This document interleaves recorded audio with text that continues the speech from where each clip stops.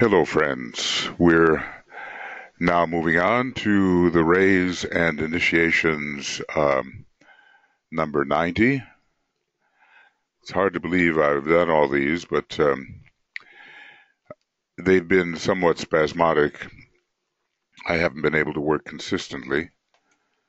And basically, I think it shows that I began this 2 years ago, or maybe even a bit more, somehow in 2014. But slowly working my way through and attempting somehow to reach that point where all of this is done and we still have some hundreds of pages left to go. So the next section says it's about the first ray. Next, we must consider what will be the effect of this first ray energy upon the individual disciple as he prepares for and undergoes the fifth initiation. And note this, even at that high stage, he is still called a, quote, disciple. A disciple. Still. And keys himself up, raising his point of tension for the promised revelation. Those are significant words because the initiation is called revelation, and the key is, let's just say the pitch is rising, and the point of tension accordingly. Thus laying himself open to an entirely new inflow of force, and I would say more solar in nature. This he must do consciously. It's not something that just happens automatically. It is a conscious absorption of energy and its conscious assimilation, plus its use, which distinguishes the initiate from the rest of mankind. Conscious absorption, conscious assimilation, because absorption is a preliminary to assimilation, and then use. So let's look at those words. This is what distinguishes the initiate, use, absorption, and that intermediate stage that we call assimilation, which means taking it into your system and helping it harmonize with what is found in your system. There are, of course, many degrees of this desired consciousness. What the initiate will receive as a result of first ray energy will be an inflow of the second aspect of this ray. Interesting, inasmuch as Leo and the Sun, both strongly connected with this initiation, I think, have that consciousness aspect emphasized. The Sun is the symbol of consciousness. It's also a great second ray source, and of the fire signs, as I've mentioned, Leo is the one that has to do most with consciousness and not so much with the first sub-aspect or the third sub-aspect. A blazing forth of the light, which will focus clearly for him and in a flash of time the significance of that which is slowly being revealed on earth. He sees this vision in toto for the first time. A blazing forth of the light. Well, those are two great symbols of light, Leo and the Sun. So it's the second aspect here that is operative. You kind of wonder, the third ray will be the ruler of the sixth initiation, what aspect of the third ray will be coming forth, and the second ray will be the ruler of the seventh initiation, what aspect will be coming forth. Always there are three aspects to any major ray, three major aspects. Aspects of any major ray. THREE. At the fourth initiation, he responds to the third aspect of this ray. And it does destroy the form, both the personality and the causal body. There is much of the third ray that has to do with the destructive aspect of the first ray. The third aspect of the first ray has to do with destruction, interestingly enough. And, the systemic law that's involved there is called the law of disintegration. So it fits. And it's active at the destruction of the causal body. So, and it is the fourth ray that is active, particularly at the fourth initiation, but here the monad is coming into greater power, and we cannot deny the destructive first ray aspect of the fourth initiation. Whoop. Okay, so we cannot deny the destructive aspect of the fourth initiation,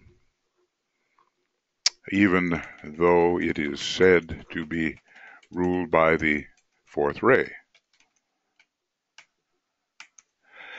And yet there is a close connection between this fourth ray and the first ray, and they together bring in a type of destruction that may be the Buddhic energy and the larger love,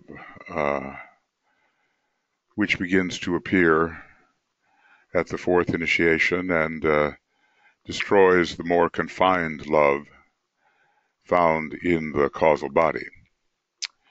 So let's see here.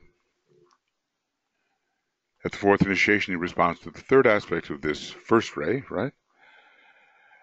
The aspect of destruction. This divested him of everything, and finally and eternally destroys all that held him in the three worlds of endeavor.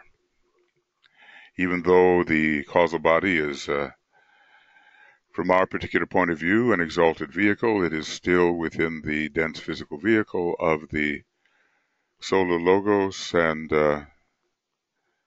within sort of an interim vehicle of the planetary logos. The higher mental plane, is hard to say with regard to the planetary logos whether it should be considered somewhat etheric in nature, higher etheric, or whether we should simply consider it to be the physical body of the planetary logos. Certainly it is within the 21-fold physical body of the solar logos. Thus was harmony produced through conflict, and great conflict occurs at the fourth initiation, and the success of the individual initiate is the guarantee of the final success of the world disciple. And here we mean, I think, humanity. The world disciple, sometimes called the world aspirant, and before long, in a way, when the first initiation occurs, it may sometimes be referred to as the world initiate. When it comes to a consideration of the effect of this ray at this time of the fifth initiation, and we're talking about the first ray, you must bear in mind that the disciple has passed in a previous incarnation through the initiation of renunciation requiring tremendous detachment, a first-ray quality, and has established within himself a condition of complete harmony as a result of conflict. Everything is united, the synthesis petals are open. All that the causal body can produce is now belonging to the elevated consciousness of the initiate disciple.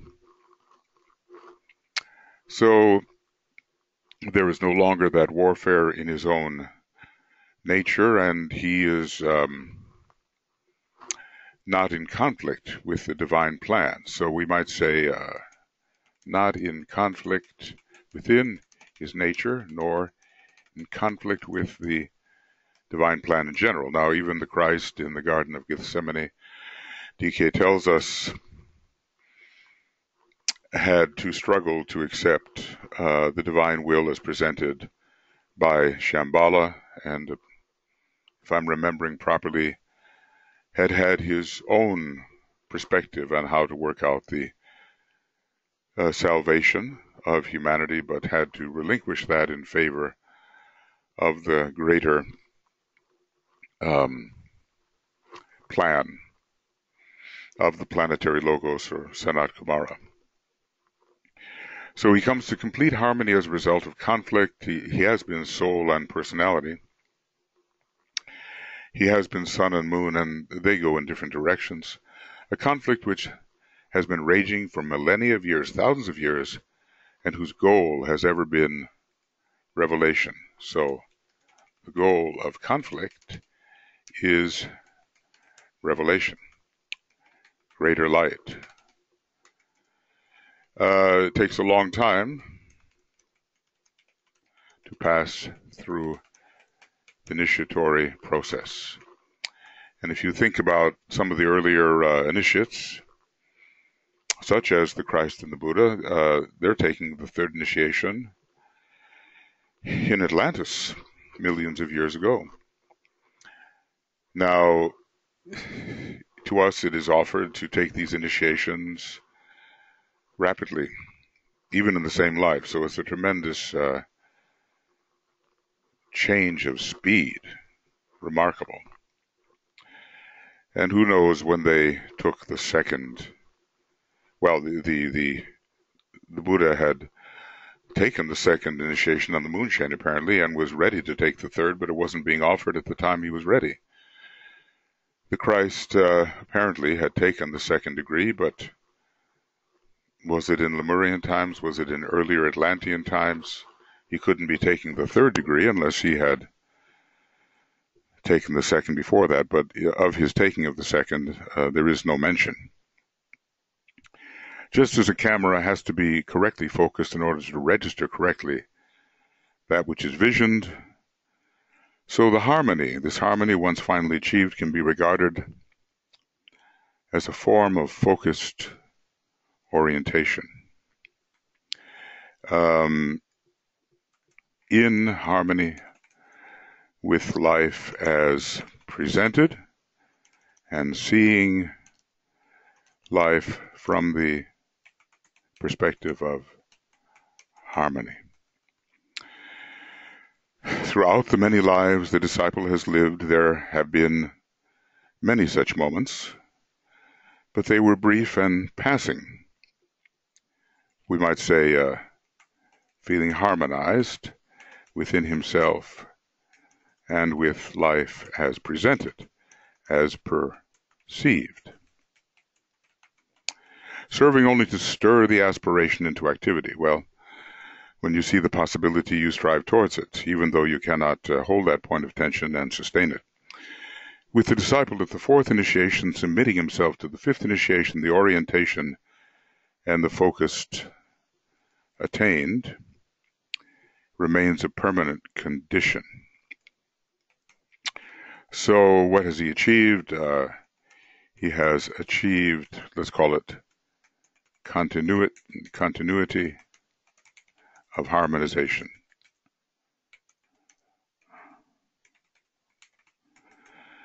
And he is no longer at war with the greater purpose as presented through the plan.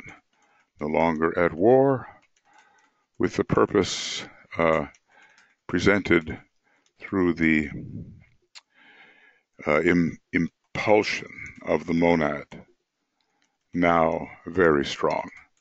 Somewhere it tells us that there's a real monadic connection occurring at the fourth degree. Well, you would kind of expect it. If the heart center is involved, that's the life center.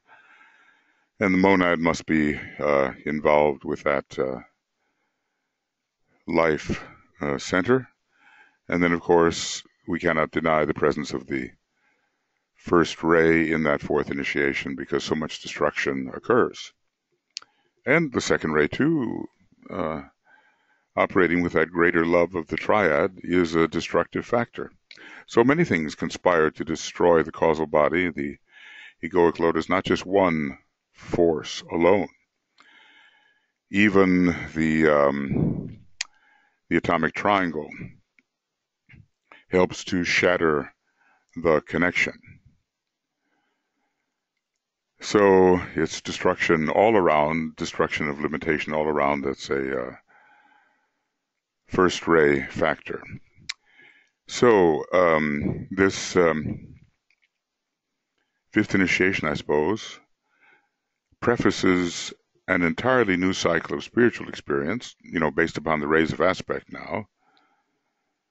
The experience of the higher evolution, because he does have revealed to him the possibilities of that way of higher evolution, and he works towards the revelation of the path that he must tread, leading to the great moment when the revelation of the seven paths is accorded to him at the following or sixth initiation of decision. But, elsewhere, DK speaks of the revelation of these paths at the fifth initiation, but probably in a higher way at the sixth initiation, and indicating which way he must go. But there's a complete free choice, as we have learned of the Buddha, who apparently made a most understandable error in staying with humanity, whom he so dearly loved and felt compassion for. Completely free choice, but only one is correct, and you kind of wonder, is it the way by which we as a monad descended? Is the return path identical to that? When the ordinary everyday life, where the ordinary everyday life of man is concerned, the propelling aspiration, and that's a good way of describing what aspiration does, if I may use such an unusual phrase, it's a rising fire that propels us forward along the inward way, is of a material nature and concerns his successful progress in the world of everyday physical plane life. So rising in ordinary physical plane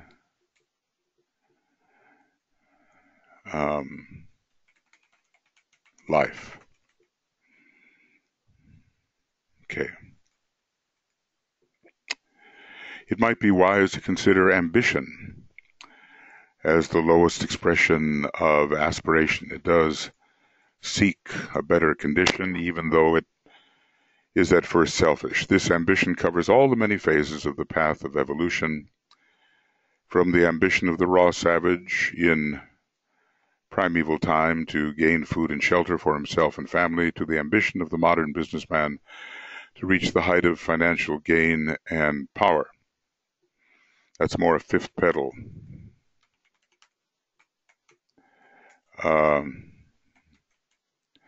Fifth pedal process, early fifth pedal, before one is truly an aspirant in the spiritual sense. So there will always be a rising, impelling fire. Okay. Having achieved that goal, it frequently happens that on the way to the higher octave of ambition, which is aspiration, which is, let's say, spiritual in nature, or related to the hidden realities. Wish I could spell. No, that's relatives.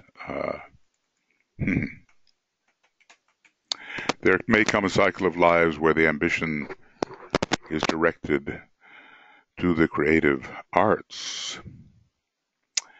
That's interesting. So the arts, in a way, precede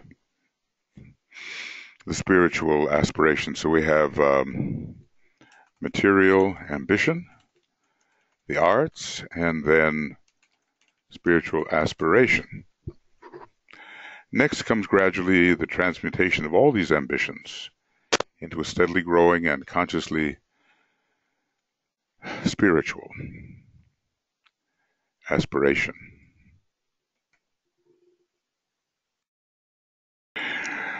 So a consciously spiritual aspiration. DK has this overview in his mind, and he can see and understand humanity's process in a way that few can, and that qualifies him, of course, to be able to guide people at the various stages. I don't think any of us has this yet, but maybe one day we will. The man treads then the probationary path with, we might say, with conscious spiritual aspiration, even if uneven. And eventually the path of discipleship, which we can say is steadier and more mentally focused. And as his spiritual ambition grows and is paralleled by an equally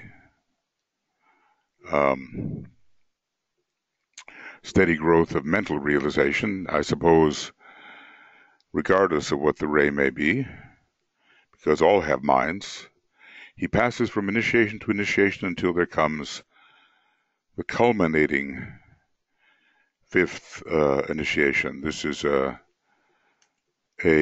rising, as is found in Masonry and all of those various groups which enacted the progress of man towards the light. All his past realizations, both his material and also his spiritual realization, have been renounced. So he no longer wants the objects of his previous ambition or aspiration. He stands entirely free from every aspect of desire.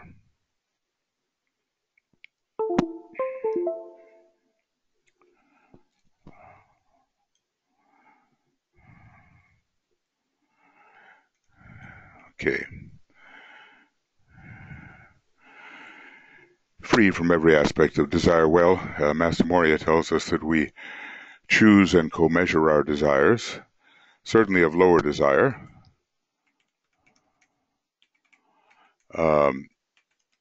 because even a planetary locus has desire. So, but it's of a higher grade altogether, and what would we call it?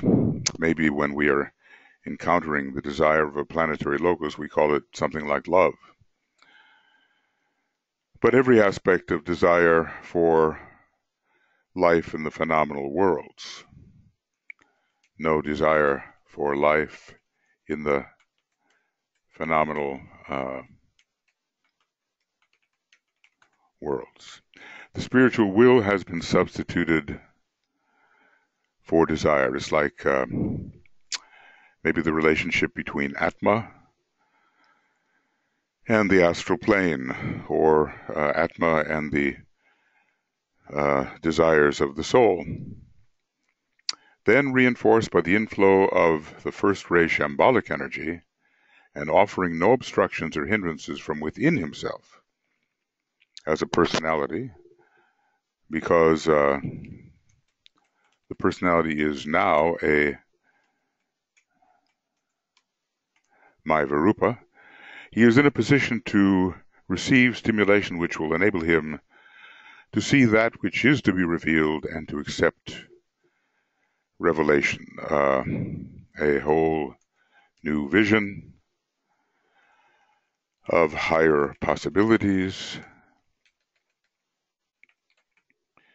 and of higher energies, transmuting that into that definite realization which will enable him to live by means of its light. Now remember, realization is true. Realization is found on the fifth sub-level of the Atmic plane.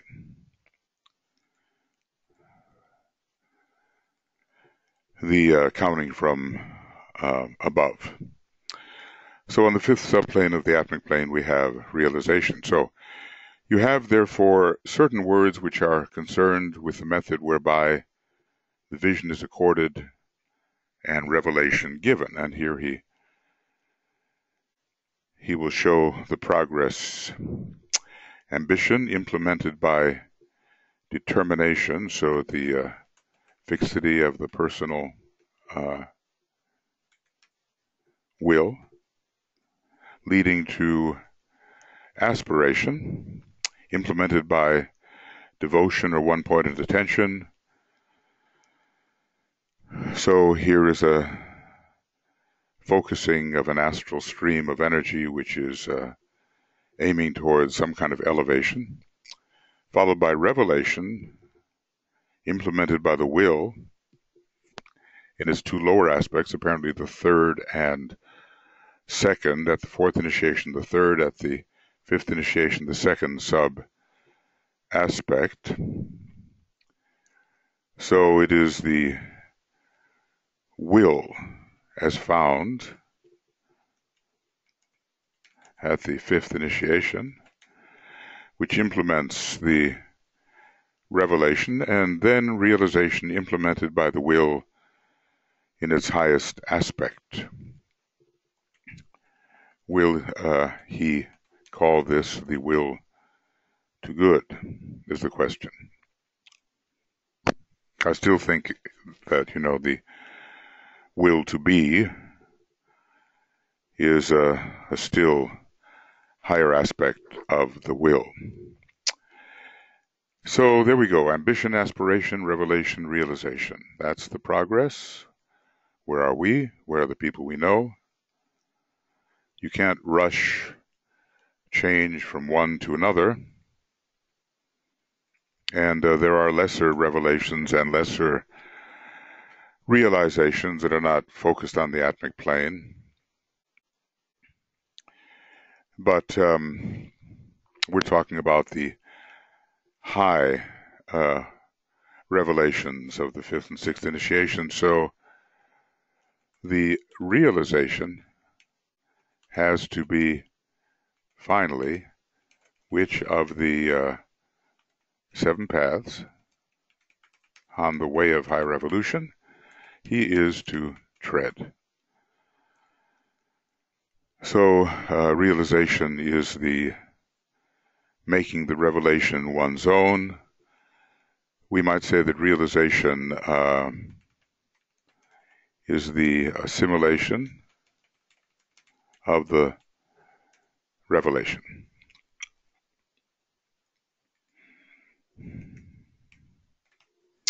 That briefly is the evolutionary story of the initiate in good standing. Sometimes when you pay your dues to the various fraternal orders, you're in good standing, as they say. But if we translate this a little differently, you're standing in the good.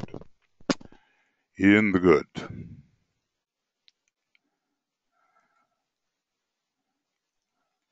Yeah. In good standing. And it is basically the story of the will to self-betterment, the will to human service, goodwill, and finally the will to good. So here we have a progression, ambition leading to some kind of human betterment, aspiration, involving the will to serve others, goodwill apparently connected with the revelation of love, and the realization finally of the will to good, which has to do with purpose, divine purpose, and goodwill having to do with the divine plan. Well, you cannot find a way to make these categories entirely separate from each other. There's always an overlap. They are not precisely cut and dried and separate from each other. The initiate in good standing, the good is the first aspect, but as I said, it seems to have a lot of completeness of Jupiter in it. Well, so does the ordinary home of the monad have the second plane, and thus the second ray involved, not only the first ray. Maybe the liberated monad, sometimes in alchemy called the volatile essence, has more of the purely first ray, but then there are three different aspects of divinity to be found, even on the logoic plane. You can see, says the Tibetan, therefore, how the great first aspect of divinity, through its three aspects, is the hidden basic motivating potency of life and of evolution from the very dawn of the evolutionary cycle. It is always driving forward, and a way of describing it is driving forward through space. Driving forward through space. So something has to push onward. Is it Vulcan particularly that exerts that push from the planetary perspective? It's certainly Aries, the sign at this time of the greatest expression of the first ray, always pushing forward, always pushing upward, always breaking the adhesions by pushing forward. If you think about it, you're attached to something and yet you are pushed forward. It will strain your grasp of the thing that you are holding on to until the push being stronger, you have to let go of the adhesion, of the attachment. The initiate in good standing looks into the heart of things. Well, it seems like the fourth initiation, wherein the heart is the main center to be stimulated. As in the first initiation, there's the 1 and 4 relationship in a way. Interesting, this. Looks into the heart of things. I've sometimes found, that if I want to get into that, what I call infuception, where you sense the unity and all things in the unity, or in the oneness, the heart has to be involved. He has forced his way to the very heart of the sun. Is that on the cosmic astral plane, or is that the cosmic mental plane, the soul nature of the Solar Logos? Is it his own soul nature as the triad? It certainly is something that originates from the cosmic planes. He has forced his way to the very heart of the sun using those words in a planetary and not a solar sense. Okay, so it may be more something found on the cosmic astral plane in the planetary sense. In a solar sense, it would be found on the cosmic mental plane. I guess there is a heart expression of the planetary logos in one way, etherically, it's found on the monadic plane, because the heart center of man is found on the second subplane, and the monadic plane is the second cosmic subplane. So sometimes the subjective sun, heart of the sun, and so forth seems like an area to be found on the cosmic astral plane. Sometimes when thinking of the solar logos, it seems more to be found on the cosmic mental plane. So, heart of the sun, using those words in a planetary and not in a solar sense, and from that vantage point he becomes aware of the central spiritual sun and the way of higher evolution which leads inevitably to the assured center of the Most High. So this is Sanat Kumara is sometimes called the Most High. So is the First Ray Lord. Is called the Most High.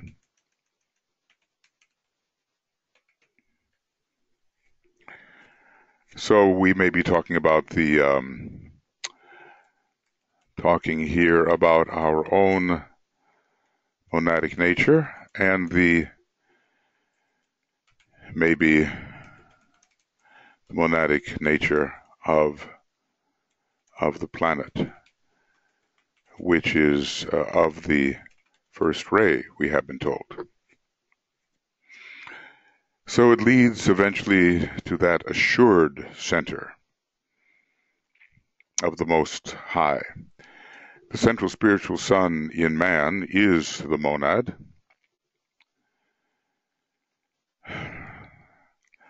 And the central spiritual sun of our planetary logos is his monadic nature. The central spiritual sun of the solar logos is his monadic nature.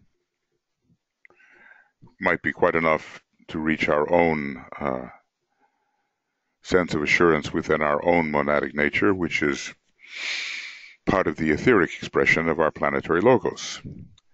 The three worlds of material living and the inner world of meaning, which the soul has revealed to him, are now left behind. So basically, world of soul and of personality left behind. He is suddenly confronted with the world of significances. This is the spiritual triadal nature, and with the true world of causes and of origination.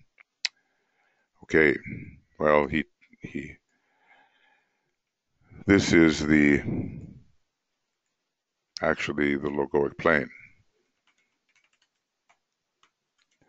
Maybe the monadic plane is also included, because those two higher planes are considered the esoteric planes. And by the realm of the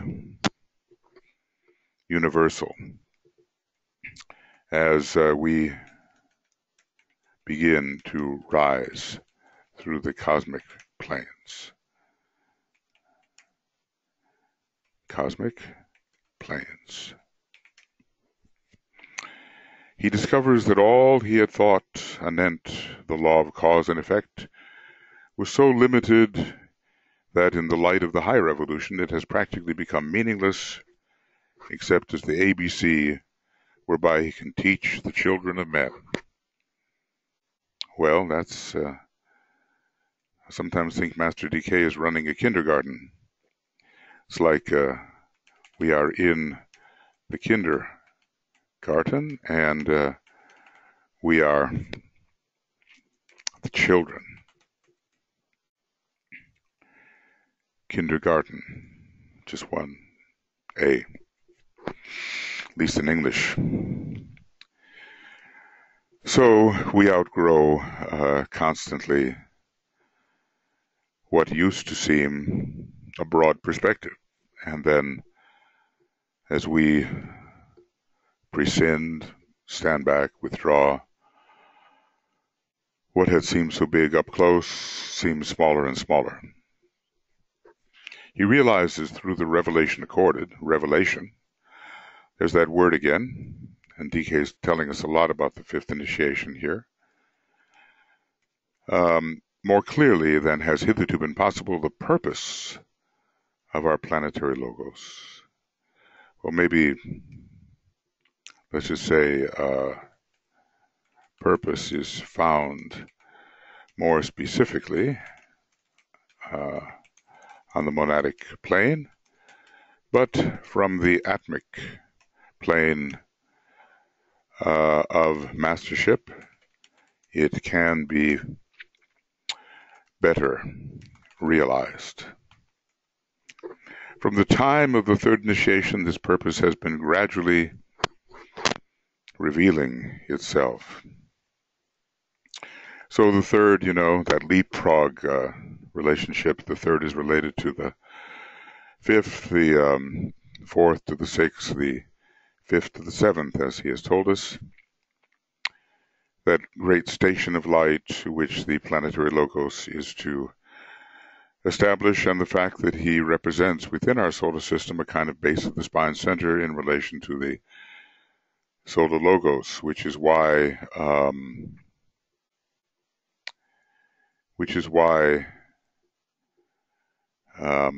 the eclipses are so prominent and powerful. From the time of the third initiation, this purpose has been gradually revealing itself, because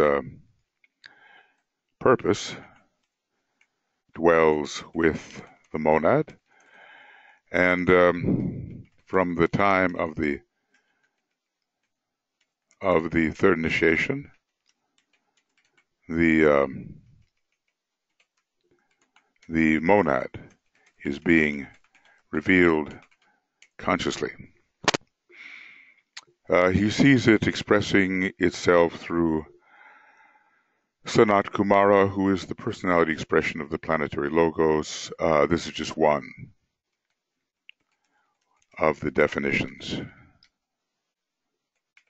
of Sanat Kumara. Sometimes the combined soul and personality expression, and sometimes the personality expression, and sometimes the planetary logos himself. It's all a question of emanation, really.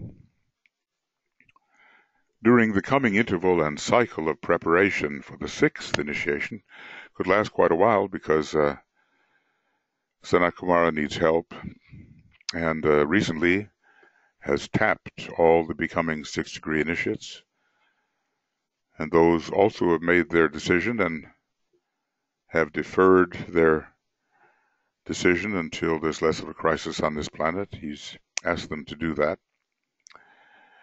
During the coming interval and cycle of expression for the sixth initiation, that purpose will burst upon him in blazing and synthetic glory. So it is really before the sixth initiation that the divine purpose of our planetary logos is blazingly revealed, maybe not entirely, because we're told that, even the initiates of high degree do not know the entire name of Sanat Kumara, and of course that name in a way must embody his purpose. And if they don't know the name of Sanat Kumara, how much less do they know the name of the planetary logos in his entirety? Without understanding the emanative process, there's no true understanding of the way that God, our planetary logos, extends himself throughout his creation, or throughout his self-becoming and the various ways in which he appears and embodies that creation. We just know a little now. I think the Buddhists know a lot, and in their tankas, in their art, this emanative cycle is revealed. The way to the central spiritual sun is therefore revealed to him. Now, is this the way to his monad, or something even greater in a planetary sense? And he knows that he faces a period of intense preparation, not training as that word is usually understood, for a length of time determined by world need, the nature of his service, and certain undefinable ray conditions. This is SK tapping the initiates of the 6th degree, asking them of their own free will to remain with the planet until the present crisis is past.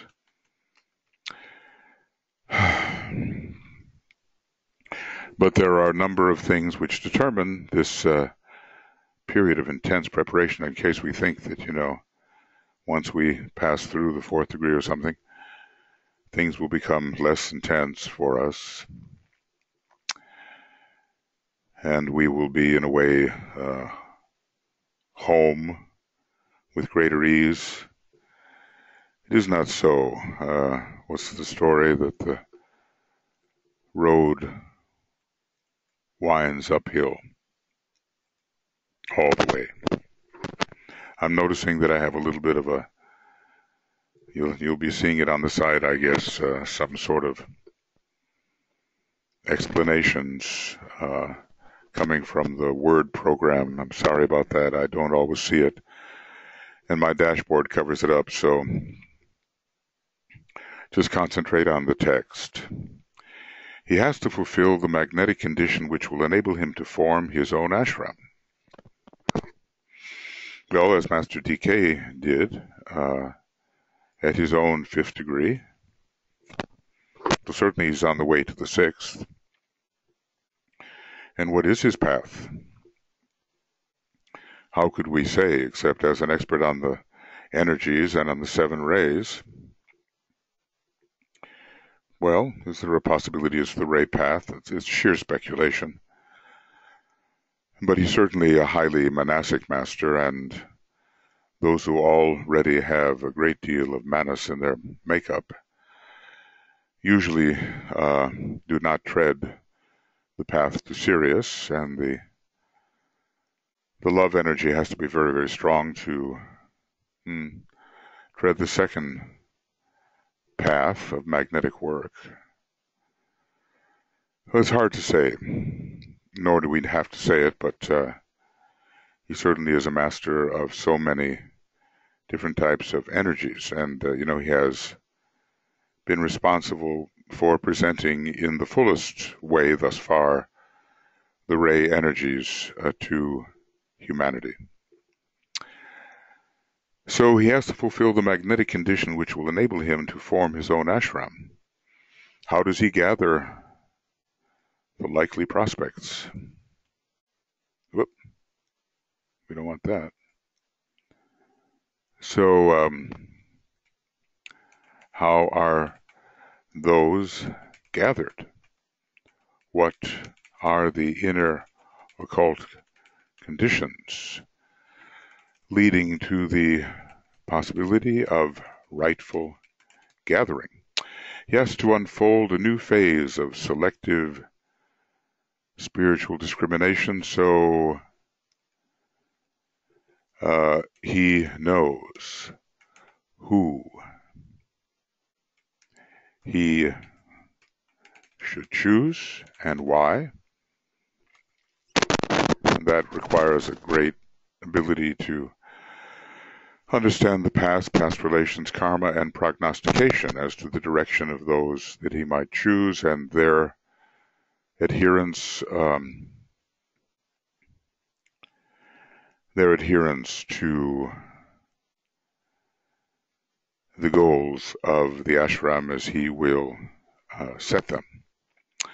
The word discrimination is, however, misleading because the form of it, which he can now express, carries no quality of rejection or separation. Earlier methods of discrimination carry rejection and separation. You choose one thing and not another, but it is a question of emphasis, I guess, while retaining the realization of wholeness. It is a right knowledge and understanding of those karmically linked to him. You know, maybe he was the father, grandfather, uncle, whatever, of quite a few of those gathered in. A right use of impelling attractive force. Notice impelling, not only to attract, but to drive forward at the same time. For the master is the monad of his ashram. So the right use of an impelling attractive force which will, occultly speaking, attract the attention of those who should enter his ashram. And, certainly through his books, if you respond to them, sometimes I look at my life and I say, well, what would this incarnation be without the works of Master DK through Alice Bailey? So, I know my affiliation there, and I guess those who deeply are connected with what he's written and make it their life project are those who maybe should enter into affiliation with his ashram, or enter his ashram, plus an esoteric process of blending himself and his ashram into the full body of hierarchy. So all these things he has to do, plus an esoteric sense of blending. He must harmonize. A greater goals exist than those he conceives for the groups for which he is responsible. And he has to keep those ever in mind. So DK is maybe giving here a little bit of knowledge about his own state, being relatively in the last 140 years, let's say, about a newly made master, 1875. So amazing that the Theosophical Society took its birth in 1875, the same year in which Master DK became a master, one of the newer masters, but with a very, very responsible task.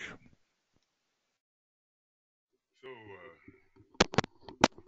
he seems to go on giving us this kind of personal history in a way, because he's dealing with a stage at which he finds himself. New ashrams within the hierarchy present much of the same type of difficulty and problems. Amazing, as the entrance of a new disciple into an ashram. Let's just say the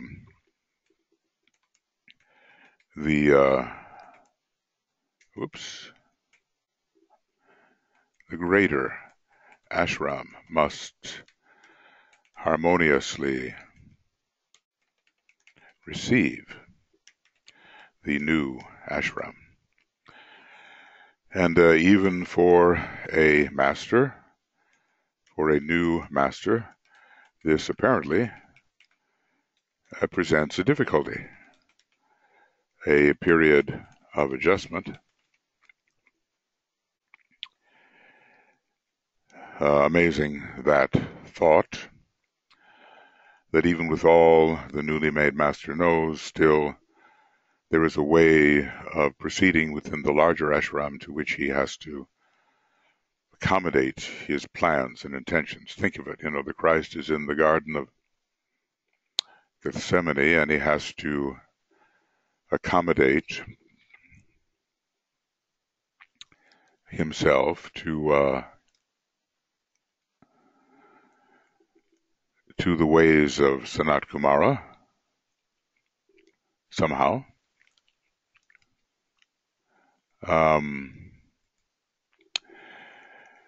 And the new master with his ashram has to accommodate himself to the established ways of the greater hierarchy and its leader, the Christ. So always adjustment is needed all the way up. And if the law of analogy holds good, and it seems to, then this is going to be the case for a Solar Logos, reaching the point where he can enter what for him is the greater ashram, and on it goes, with cosmic logoi and supercosmic logoi and on and on. So what we know is minuscule, but we have the faith that ever greater revelation is coming when we can stand or withstand the strain of knowing, which we might underestimate, but only so much information can be given to us at this point. Otherwise, we might just explode in the presence of too much information. Information, knowledge, it is energy. And only so much energy can be allowed into a confined and limiting system if the integrity of that system is to be preserved. It might be said that that which holds the hierarchy together and that which produces a coherent ashram is the revelation received in the light, which that revelation produced and leads to realization. So basically he's saying revelation and subsequent realization holds the hierarchy as the greater ashram together. And obviously the members of the greater ashram, the Chohans, the Christ, they see more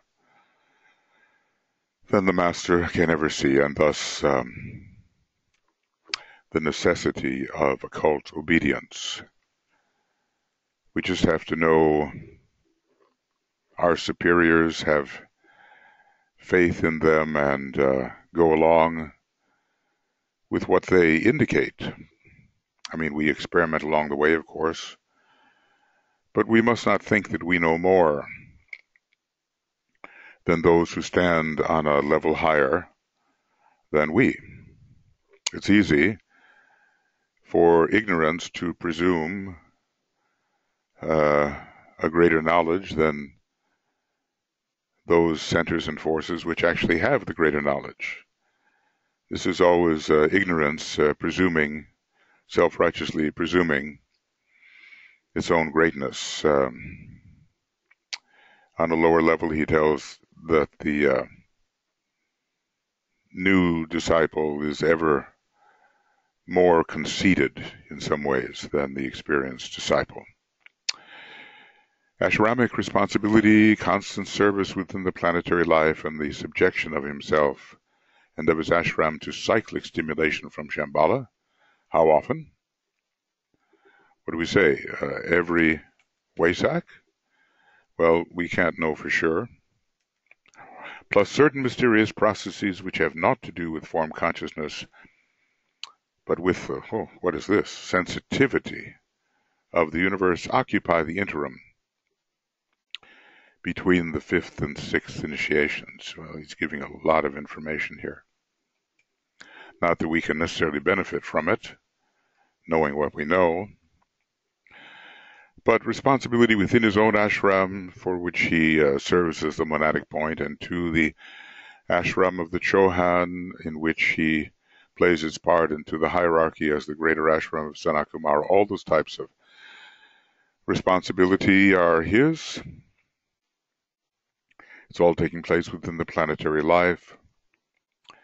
And the subjection of himself and of his ashram to cyclic stimulation, maybe it depends on what ray his ashram is, because, just the way there are ray cycles, there are probably periods of stimulation accorded to different rays. I'm recalling that Master R's group is meeting in, is it March and October, something like that? Maybe that's unique to that particular group. Plus certain mysterious processes that obviously we're not going to understand, and DK signals that to us by the use of the word mysterious, that have not to do with form or consciousness. If they don't have to do with form or consciousness, what do they have to do with? Sensitivity of the universe. Is this some sort of sensitivity to wholeness? Is this a type of sensitivity to wholeness? That's a question. Sometimes I just put down questions. Because, at least you put a marker down when you don't really understand. And you have to come back to it. Occupy the interim between the fifth and sixth initiation, where, unless he has achieved the sixth degree, this is where Master DK stands. So we might infer, having been made a master in 1875, how long does it take before becoming a Chohan? Will he have to wait until, questions, but until Master KH becomes the world teacher in the age of Capricorn, it seems.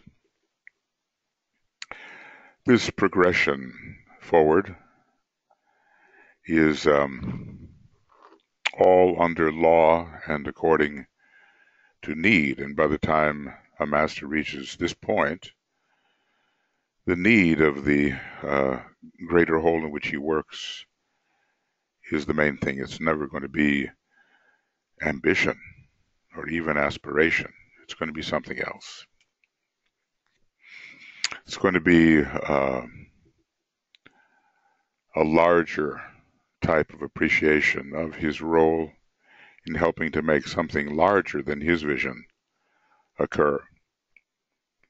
We're just at the very beginning of self-consciousness, and you begin to think, all these great logoi in the universe, and yet to a solar logos, the greater universe is so large and certain great beings are so vast that the solar logos is simply as a crystal, and I'm sure it's an accurate analogy, one the implications of which have to be explored. The truth presents a vast picture, and people recoil from that picture. It's too threatening, Sometimes we see that in the history of various theologies where someone like Giordano Bruno comes along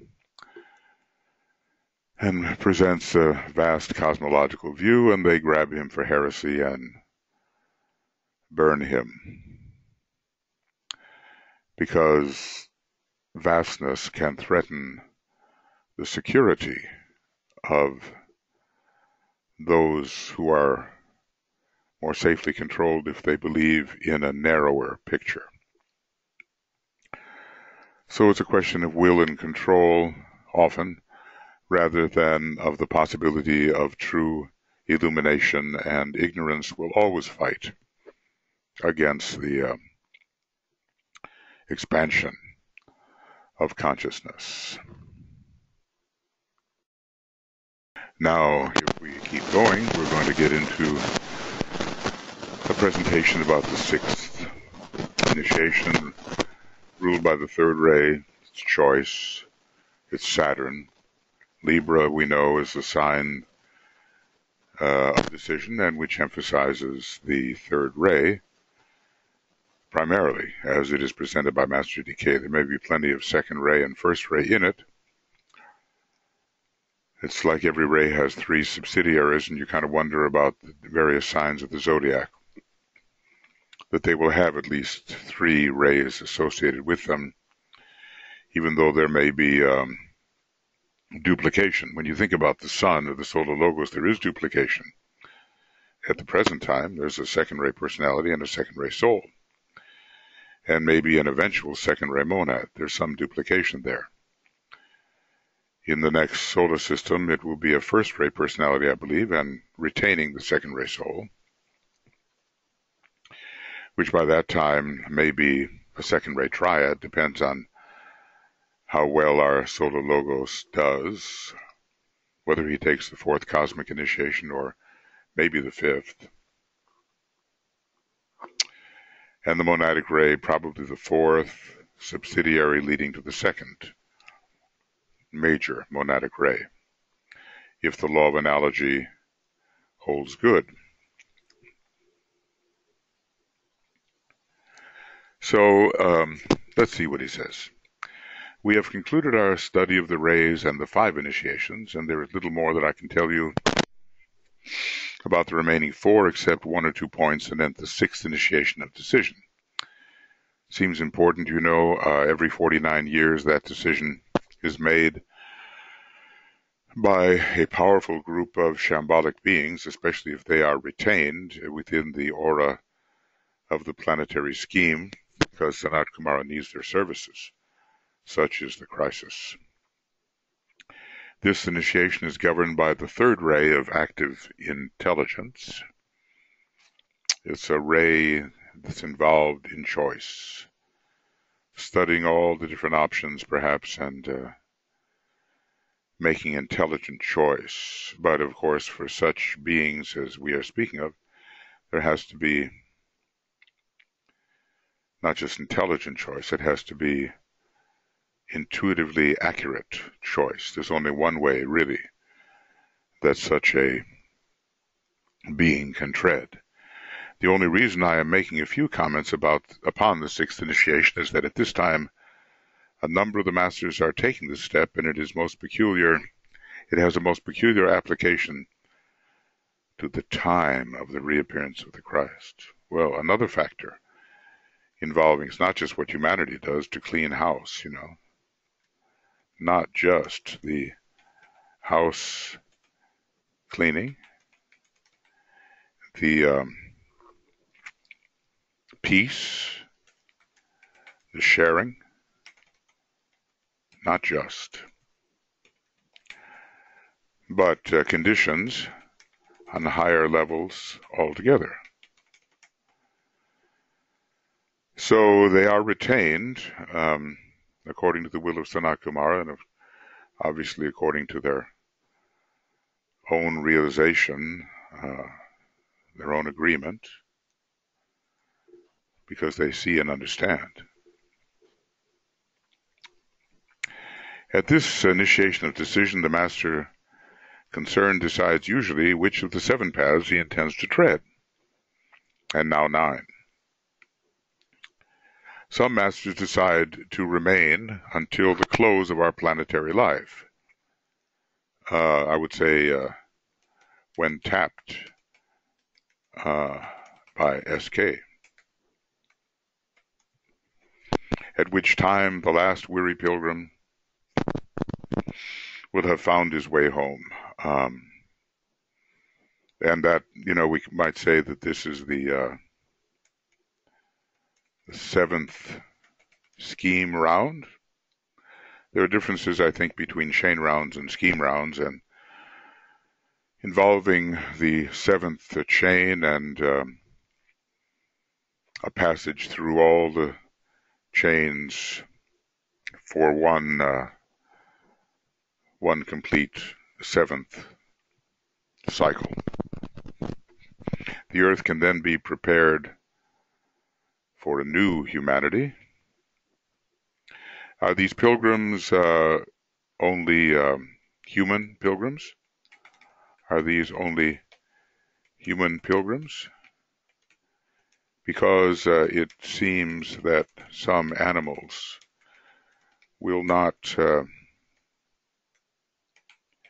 may not make individualization in this planet. Not sure. But when you look at some of the lower forms of life, you might think that opportunity would be needed. We're going to have to go into the fifth round, I suppose, in relation to this chain, before even some of those from the moon chain will be on the path. When we start to look at the tiny forms of life, how long will it take for them to be weary pilgrims? Pilgrims seem to be, pilgrims are the monads. And are all traveling now as monads? This is a big question. Once individualization has occurred, there is a kind of travel as a monad, and even in the lower kingdoms of nature, there's a kind of travel as a monad, even though the group soul phenomenon exists, and many of those forms of life learn together and share what they've learned. The earth can then be prepared for a new humanity. When this happens, our planet will no longer be known as the planet of sorrow and pain, purifying pain and releasing sorrow, but will be distinguished by a quality of tranquility and by an aura of calm potency. So this is interestingly, this calm potency is both related to the first and second ray. Calm potency. Aura of calm potency. The calmness of the second ray and the potency of the first ray. So, second and first rays. The monadic ray of our planet being the first, and it will have to emerge into power by the end of the solar system if the solar logos is to take the fourth or fifth initiation of a cosmic kind, because, it's the base of the spine center. That's what we are. We're in the will of God to be demonstrated in the next solar system will be focused. And you can understand our planetary logos may have a very important role to play in a first ray solar system. This, in some mysterious way, will enable the solar logos, not the planetary logos, to bring the first great divine aspect, that of Buddha power, into expression throughout the solar system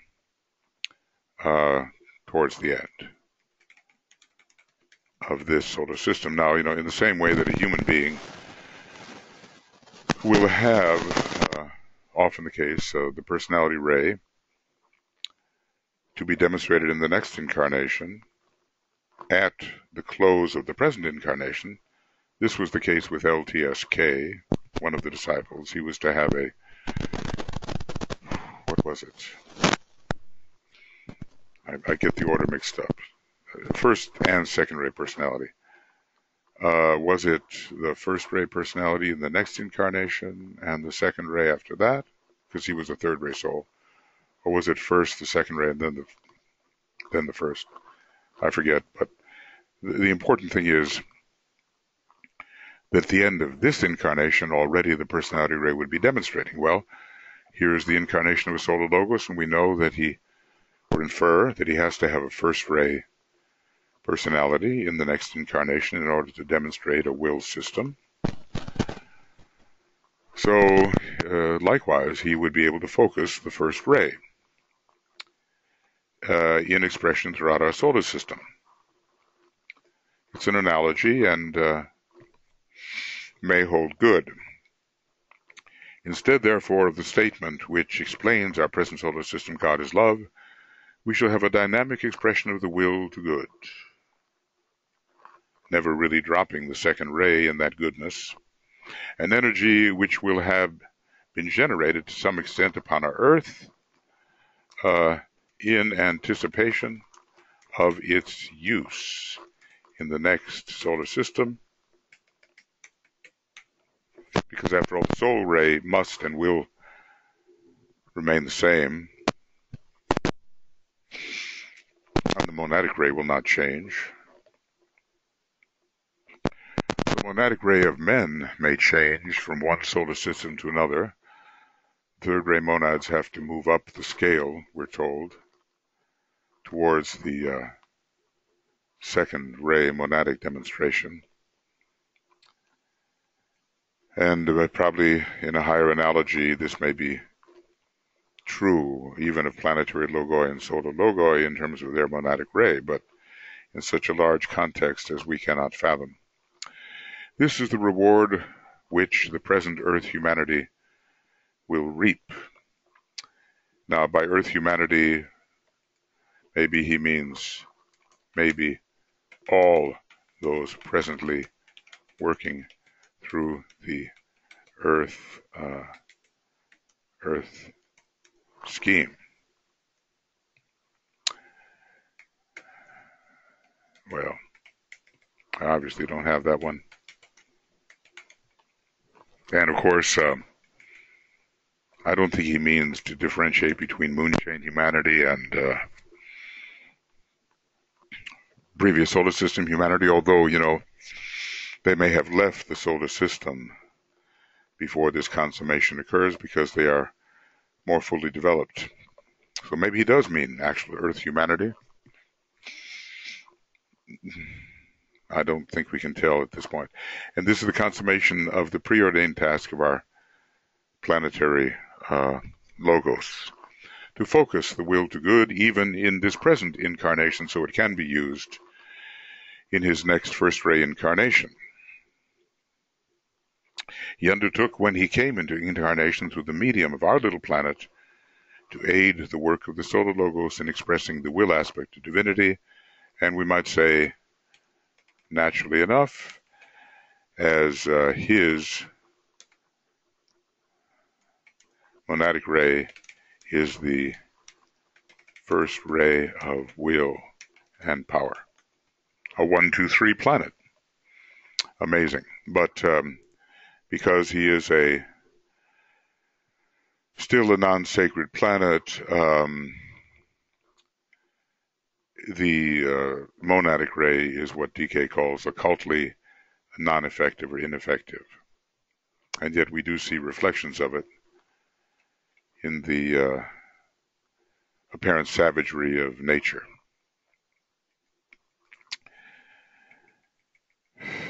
It might be simpler if I said that the experiment of manifesting the first divine aspect through the medium of form and through a humanity which has behind it the experience of 5 initiations and is therefore expressing intelligent love, notice that, intelligent love, the blending of the third and the second ray, the third ray because it's the atomic plane that is being conquered slowly, and the love, because it is Leo and the Sun, and begins a solar logoic relation, will be attempted. Humanity will express the first divine aspect. And maybe, I just say maybe, monadic ray of humanity is the first, maybe. This statement is necessarily misleading, but it embodies the truth and indicates the unfinished story of solar expression. And obviously, it will be a more advanced humanity altogether. Because, when the judgment day occurs, and will it occur in the fifth round of our present chain?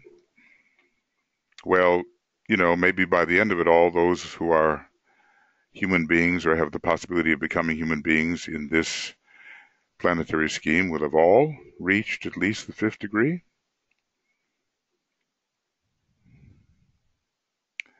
So the first divine aspect, working through those who have reached the fifth degree will be easier because they will have been working with that first ray in order to achieve the fifth degree. And then, individualization will occur in a different way, and it will involve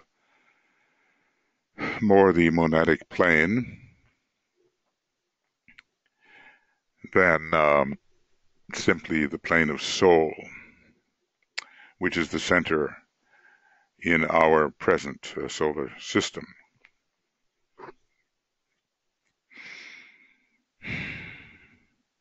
Well, these lie far ahead, but they serve to stimulate our aspiration towards something about which we are receiving assurances.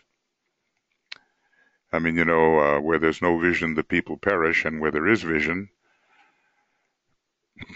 as a corollary, the people live. So let us say we are being presented with a living vision given by Master DK, and a vision which contributes to the livingness of all of us. If we can but appreciate what it is, assimilate it, absorb, assimilate it, apply it, what an opportunity. After thousands of years of ignorance, and just, kind of ignorantly thinking things up ourselves without the light of hierarchy shining upon our thought process, maybe through the mysteries and other opportunities to contact hierarchy, some received the possibility of being able to think in the light of hierarchy. But this is wholesale. This is across the whole planet. This is given for all human beings who can respond to it. Made public. It's not just a question of given to the few who can make their way into the mysteries, which were very occult and protected orders, as they had to be because of the persecutions which were not only probable but active.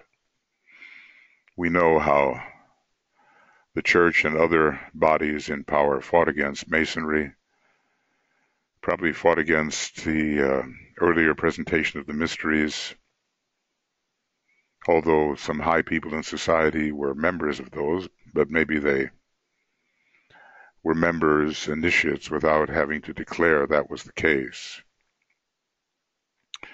There is a war of ignorance against knowledge because knowledge, the light, empowers people and makes it more difficult to control them.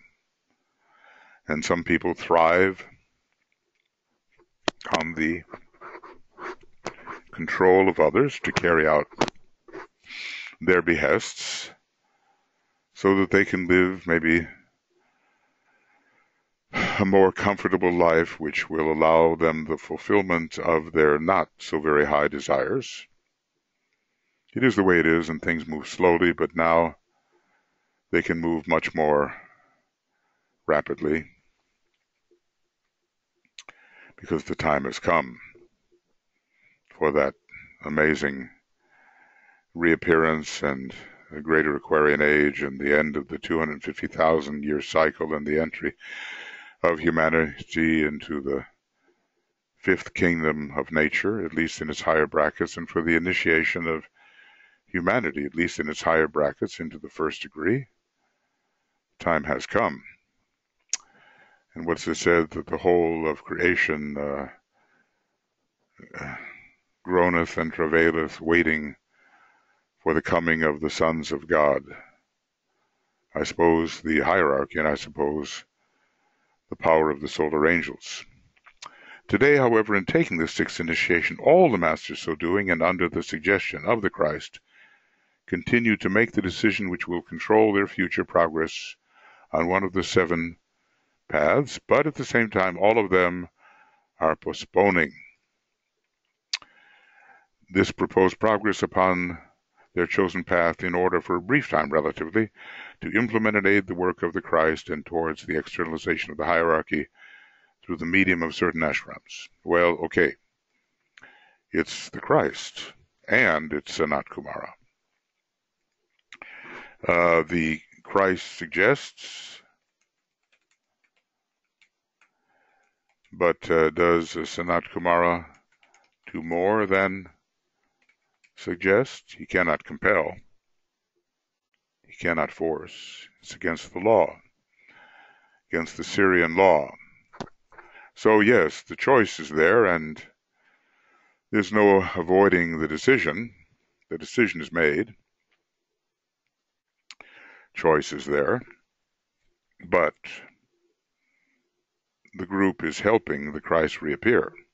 It stands around him, as it were, preparing the way. They will also form a protecting wall around the Christ. I guess amazing that he needs it, but you know, those powers warring furiously against the emergence of the light will war against the Christ and all he intends to do. It's got to be a task so stupendous that we cannot fathom its difficulty. A little humility about what we can really appreciate, understand is in place. A protecting wall around the Christ and act as a liaison officers between their great leader and the avatar of synthesis, because after all, let us say they can contact the avatar of synthesis because they are monads now that they are sixth degree initiates.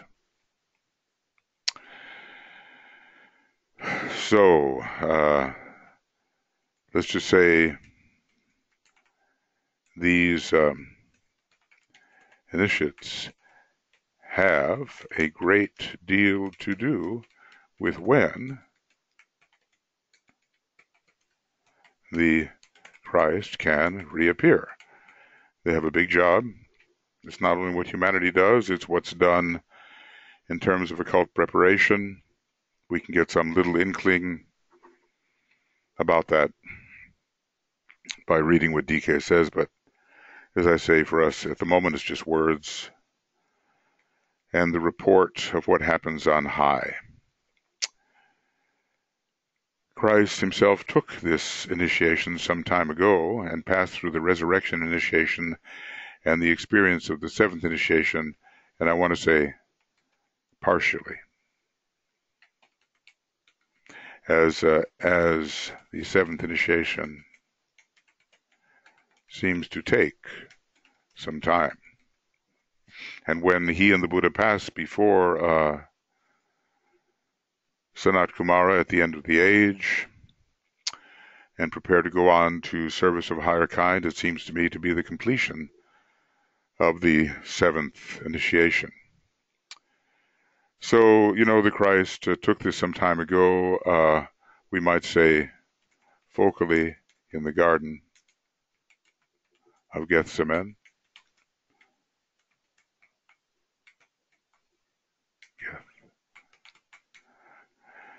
and pass through the resurrection initiation, which seems to take place in various phases.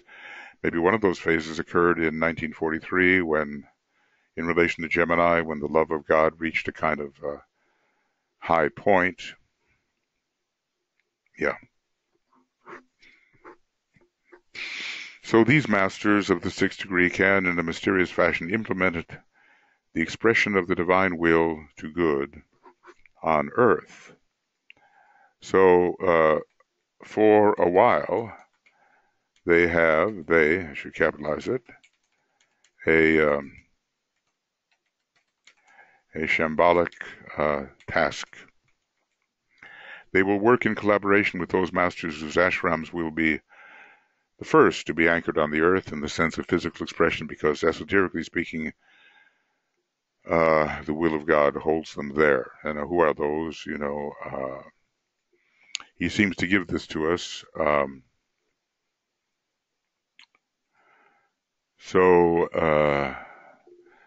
Master Decay is one of them. It looks like Master Decay, Master KH, Master R, Master Hilarion, and Master Moria. Master Hilarion, yeah. At least those are the 5 ashrams which seem quite active at this present time, and maybe others will come. Oh, amazing information being given here. I'm trying to remember whether I remember it. They will work in collaboration with those masters whose ashrams will be the first to be anchored on earth in the sense of physical expression, because esoterically, the will of God holds them in physical expression. So, this tells us something about the task of the sixth degree initiates who postpone their travel upon their own chosen path on the way of high revolution. For ages, the potency of that which lies behind the fifth initiation in the planetary sense, and not in connection with the individual initiation, with its revelation indicating first-rate purpose, has held sway on Earth. What lies behind the fifth initiation? Is it the sixth initiation? Is that what he means? The potency of that which lies behind the fifth initiation in the planetary sense. Because after all, these sixth degree initiates are planetary lives. They reach that monadic level, and I think that's what they can be called. That's their kingdom. This is their kingdom. They're planetary lives, human beings, then lives who are members of the fifth kingdom of nature, souls, kingdom of souls, then planetary lives, once you become a conscious monad. Knowledge, the revealing of the mysteries, the attainment of scientific achievement, producing activity of the fifth plane of mind has governed human thinking and advancement. That's what it has been, especially, in this Pisces Virgo age, because like Dane Rudhyar said, you can't have a stick with only one end. It's the age of Pisces Virgo. And Virgo, in which Mercury is exalted, is a very mental sign, so the development of the concrete mind has been considerable. God in nature, that is the planetary logos in concrete and material expression, has been revealed. The mind has grown tremendously and has culminated in that tremendous expression of power, the atomic bomb brought in by the first and fifth ray. So, the power of number 5 and Mercury, which rules humanity, has a very deep connection with number 5. I think a submonadic sense. Ultimately, it may be a majorly ray 3 planet. Buddha is Mercury, he's a ray 3 monad. DK is Mercury in another sense, I think a ray 3 monad. It's the story of Mercury and Venus. The Christ is Venus, ray 2 monad, Master KH, I think ray 2 monad, related maybe more to Venus than Mercury, although can't be sure. He seems to have both of those qualities. So the atomic bomb was a huge and destructive culmination of all of this development of the concrete mind. Knowledge is what we've been after, and knowledge has led us to our present point of expression. Yeah. And now love, or love and knowledge together.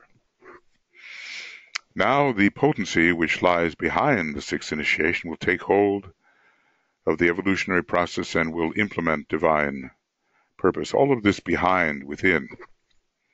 So is this the potency of the 7th degree?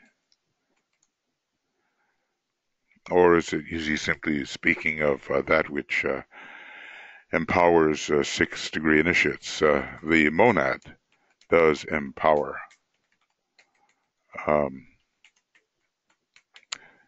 6th degree initiates. What that potency in truth may be, we cannot yet know. But we do know, however, that it is closely related to the will to synthesis. And we have to say the monad is the truly synthetic factor in the constitution of man. So the avatar of synthesis on the first ray comes in, and the postponing 6th degree initiates focus this will to synthesis because they have become conscious monads, no longer just receiving the energy of monad, but being the monad on its own plane. And this will enable the Christ to break down the barriers,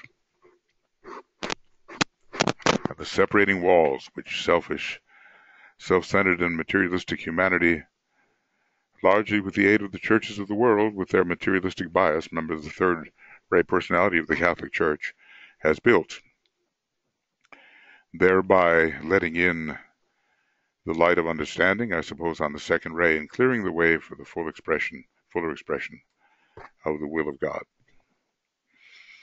So we see that the postponing 6th degree initiates have a very important task, though temporary, in helping the Christ and the entire externalization process, which I imagine they are only too overjoyed to do, seeing its importance and not being in the slightest motivated by any personal or individual type of motivation. Already theirs is the consciousness of the planetary whole.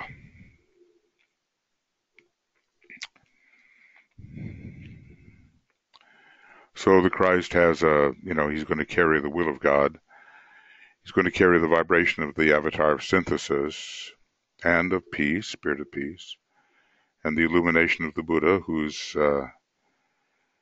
triadal vestures I believe he's already using. I think it is the triadal vestures. So he comes tremendously equipped, and he'll break down these walls. You know, when you see people wanting to build walls, it's a very immature solution, very temporary. It's like going against the integrative synthetic tendency within the individual, within society. It's no solution at all, but it's a solution that immature psyches promote. So we see some important things about the sixth initiation. It's the third ray, but in a much higher sense than in its material expression, which is being used. And you can think, you know, the will of God is involved because the third ray rules the atmic plane with Saturn, and yet the impulsion is monadic. So the monadic plane, the atmic plane, bringing the will of God into the three lower worlds, anchoring it there through the ashrams, which are first to appear and which are held there by the divine will. It helps to be privy to a little bit of this amazing process. It increases our confidence, the degree to which we can work with confidence. I felt that the practical aspect of what the masters are doing right might prove useful to you. As to the remaining three initiations, he'll say a little bit. So, you know, the 6th degree postponing initiates, they're helping the Christ, they're liaising with the Christ and the avatar of synthesis, they're helping to anchor. They always come to some kind of decision which, as the monad has that progress onward and driving forward through space, which drives humanity forward and into crisis, no doubt, because it's a straight line action, which makes it possible for humanity to receive some great impulse. It's got to cause conflict because of the adhesions, usual adhesions of humanity.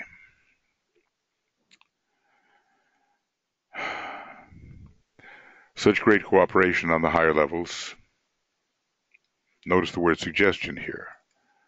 Now, Sanat Kumara is also involved in that. He's expressing, he said, we need you. The Christ rakes the suggestion. All are left completely free. The Buddha was left free to make his decision. And at the time, he chose more the second ray solution and stayed with humanity, even though we're told it wasn't his path at all. But DK calls it a most understandable error or mistake. And then, you know, there was also with our planetary logos a kind of a premature compassion, which encouraged him to let the beast out of the bag, you know, too soon. And hence the madness of the moon's influence, uncontrolled forces, and the way those uncontrolled forces have retarded his own progress, that of the planetary logos. Great things, but you know, when we have these things in mind, it all really begins to make sense, and our obligation is to inspire other human beings with these thoughts as much as they can assimilate. You have to be careful, as Master Moria says, you have to speak proportionately to your interlocutor. Not give too much, not give too little. Give too much, there's going to be rebellion. Give too little, the inspiration will lack. Somehow we have to develop that refined sense of what is appropriate to give. Now, here are the 7th, 8th, and 9th initiations. Ray 2 rules the 7th, the rays of attribute the 8th. And yes, as I said, the refusal, ruled by the 3 major rays of aspect, taken together. And, resurrection onto the logoic plane. We might say onto the logoic LG. And the transition, we might say, onto the cosmic astral plane. And the refusal to be involved with the cosmic physical plane any longer at this time. Now, the solar angels, those who are now solar angels, had to go through a refusal, but notice that they did come back to the cosmic physical plane, undergoing a fall and then a second fall. What a sacrifice. The first fall onto the cosmic physical plane, the second fall into the dense physical body of the solar logos. Those falls are not to be understood as mistakes that they made, but as sacrificial acts. An analysis of them would prove to you that your comprehension has not yet been developed to the point where understanding is possible. It would therefore be a waste of time further to consider them, and of course every teacher has to consider efficiency, law of economy, the right use of energy, because energy is precious at this time when, well, it always is, but so much is at stake. If you will reread the instructions earlier given upon the 7 paths, you may glean some ideas about these later initiations. We're told that those on the first path of Earth service fight their way onto the path of Solar Logoi.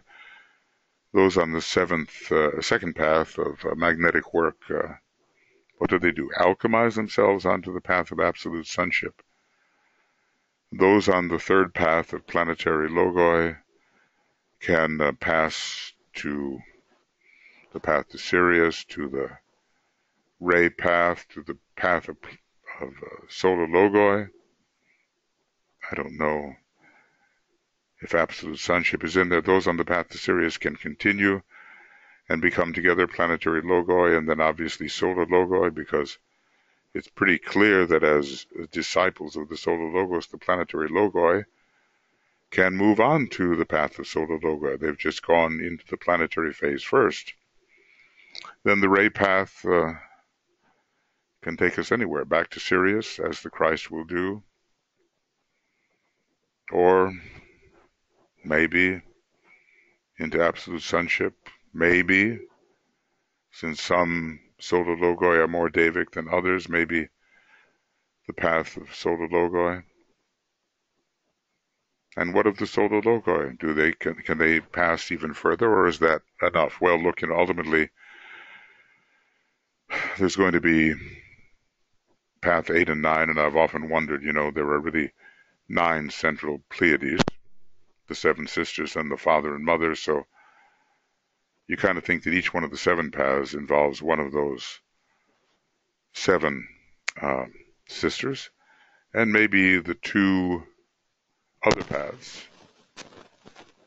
It's merely said that they now exist and can be trodden, involve Atlas and Pleione, the father and mother, as stated, of the Pleiades.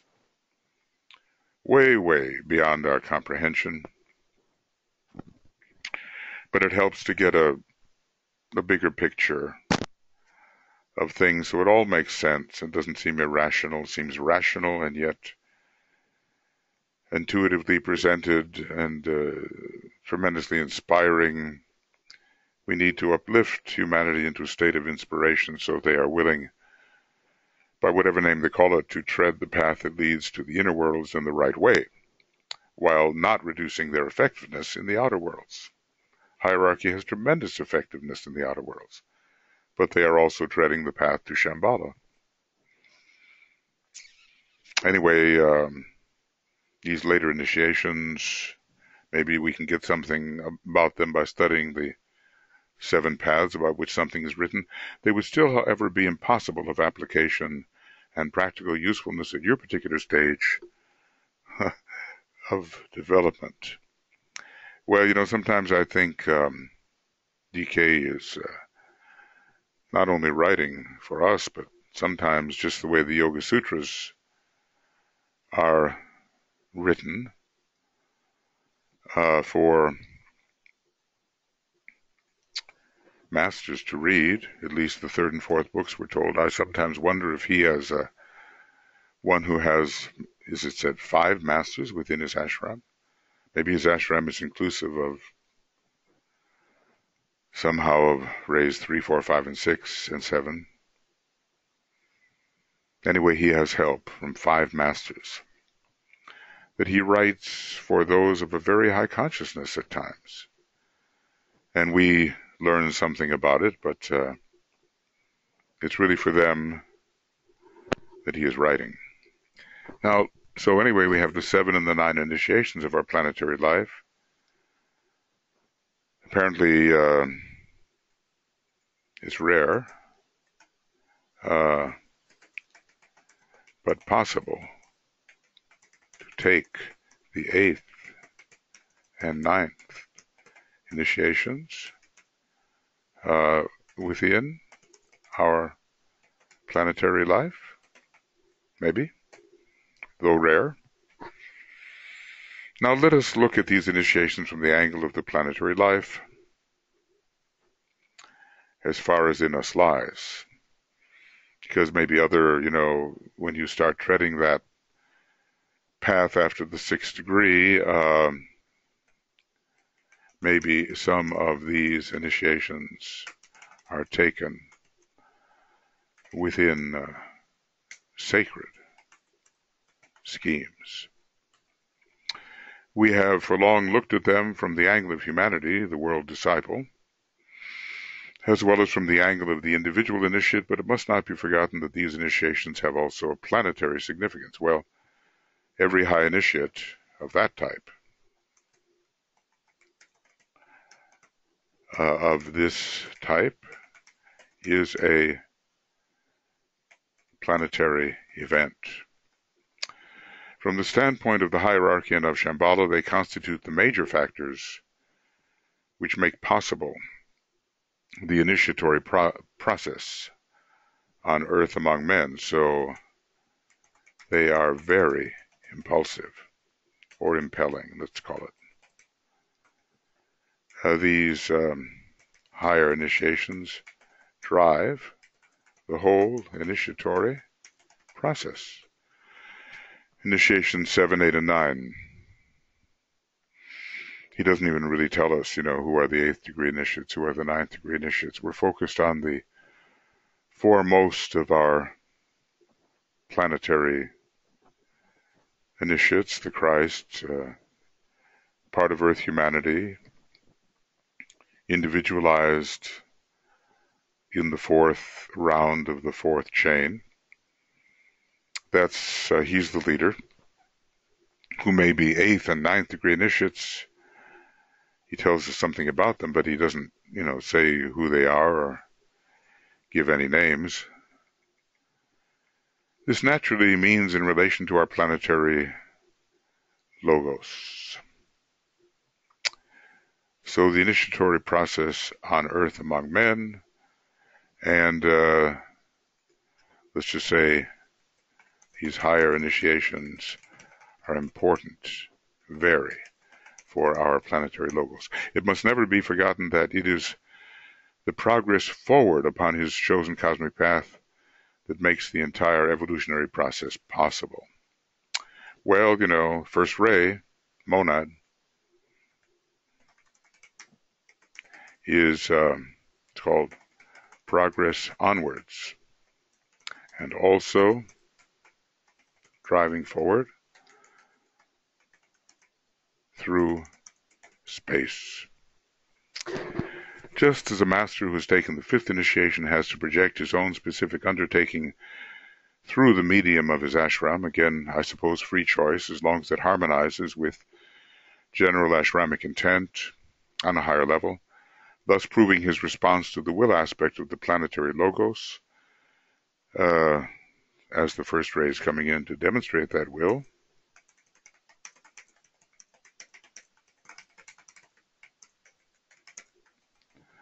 And making himself responsible for a phase of the planetary plan, maybe not the purpose, but the plan, because the purpose is.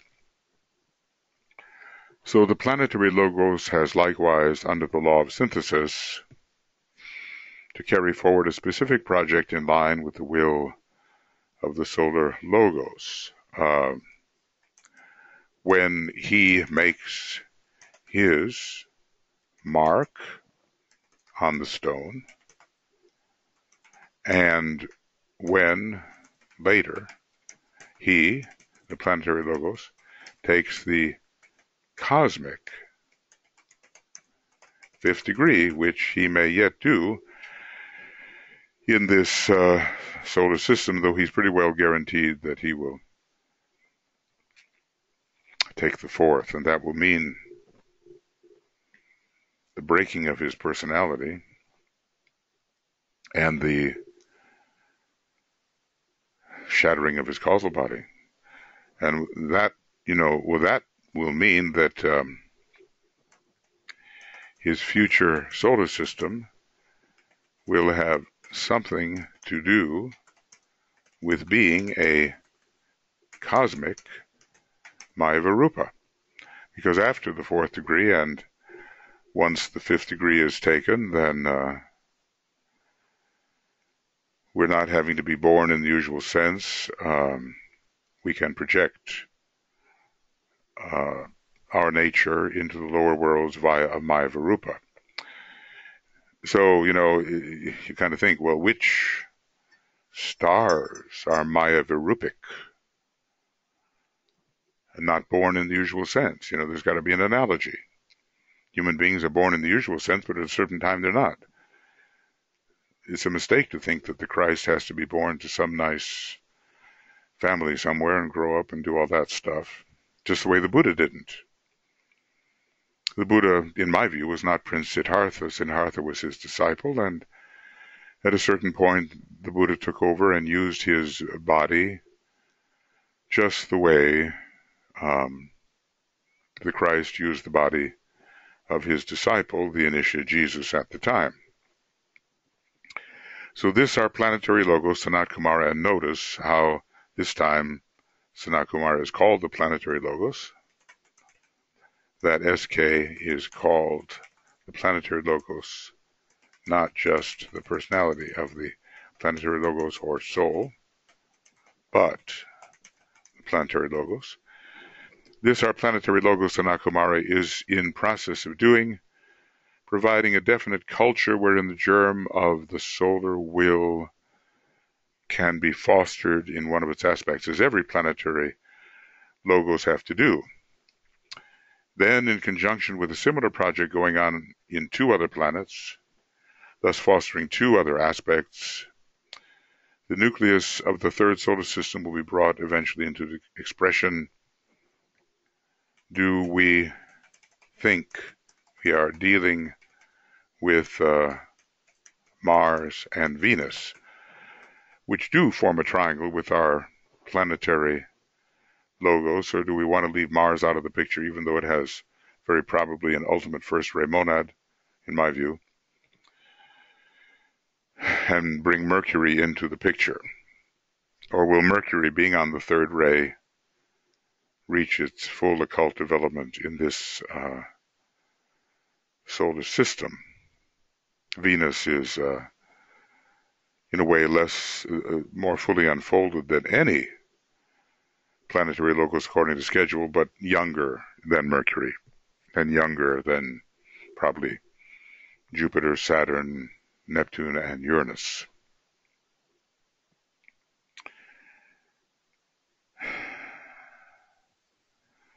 So preparations are underway for the next solar system manifesting the first ray. Will it be Earth, the etheric body, Mars, the astral body, Venus, the mental body? So there's a similar project going on in 2 other planets. There's going to be 4, I think, out of which the choice has to be made. Earth, Mars, Venus, Mercury.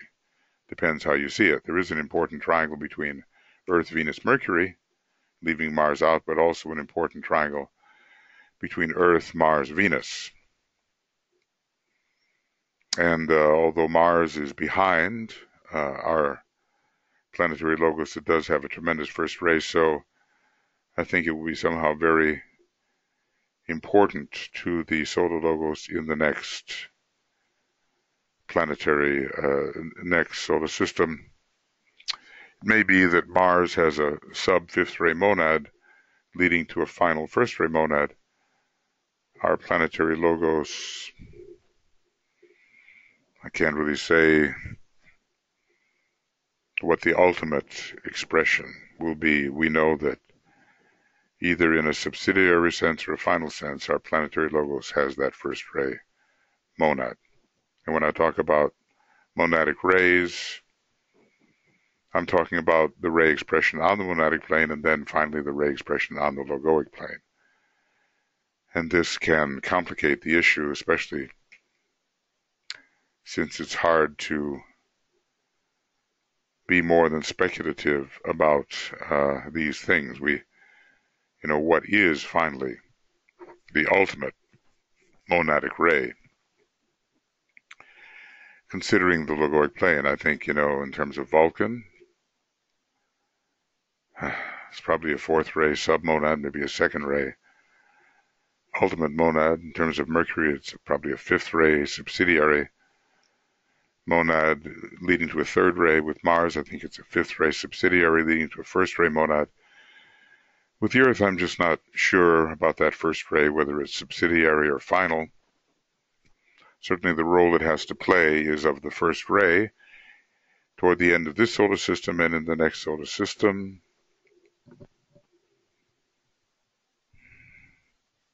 Now, these are things beyond our ken, but just to know that those 3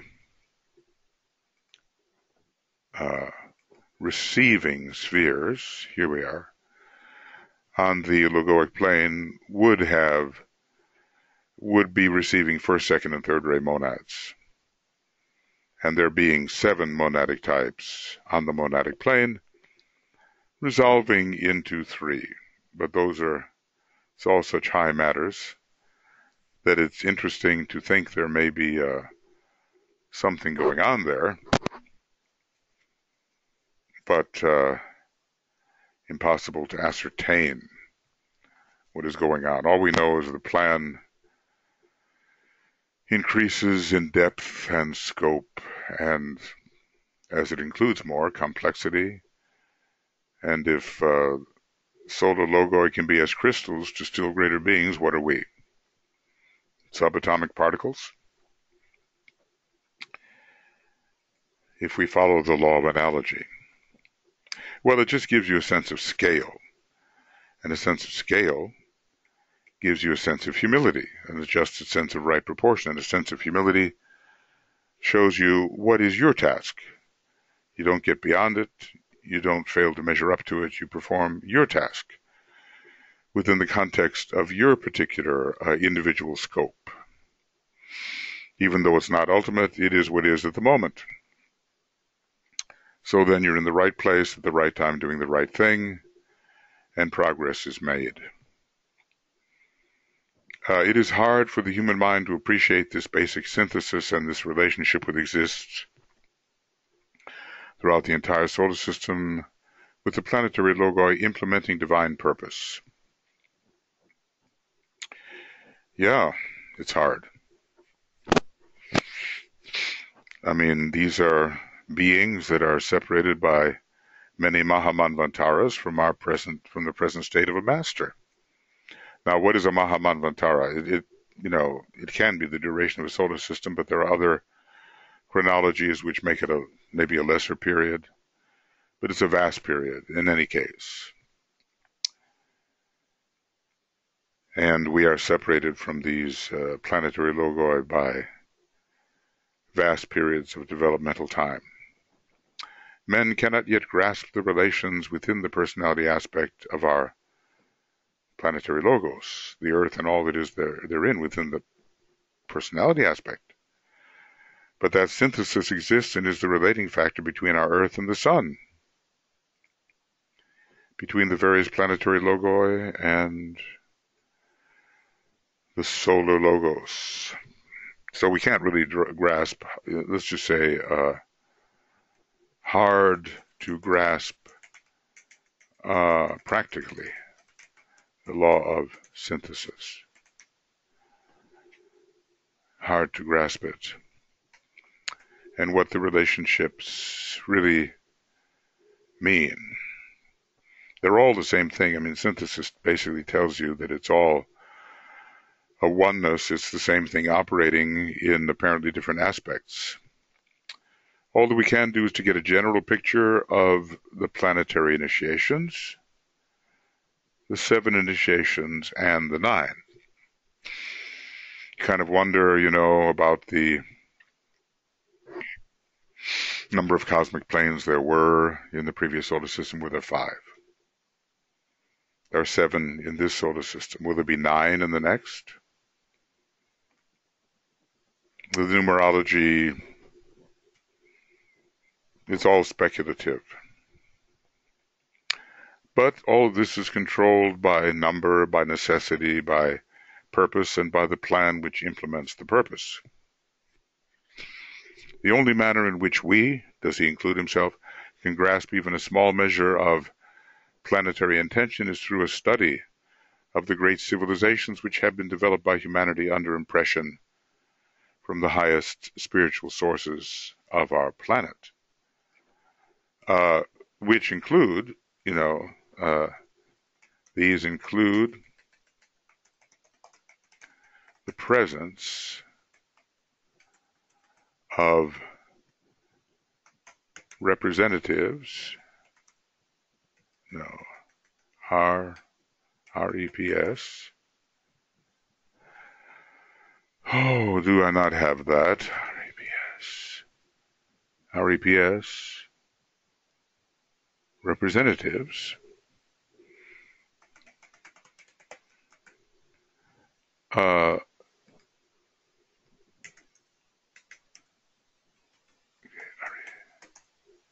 did I not do that correctly? Let's see. REPS.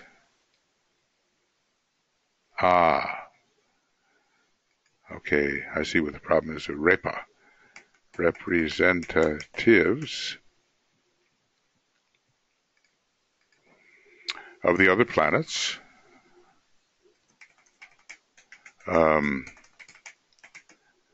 But within Shambhala. So all of the other planets are represented in some way within Shambhala. These have hitherto, these planetary impressions have hitherto reached us via the hierarchy. They were under certain planets and ray forces, and we can study those civilizations. The Lemurian civilization, very physical etheric, the Atlantean, very emotional. Neptune would obviously play a big role. Saturn in Lemuria. Is it Uranus for the 5th root race? To these civilizations must be added the cultures which have evolved out of them. We might say more, come back.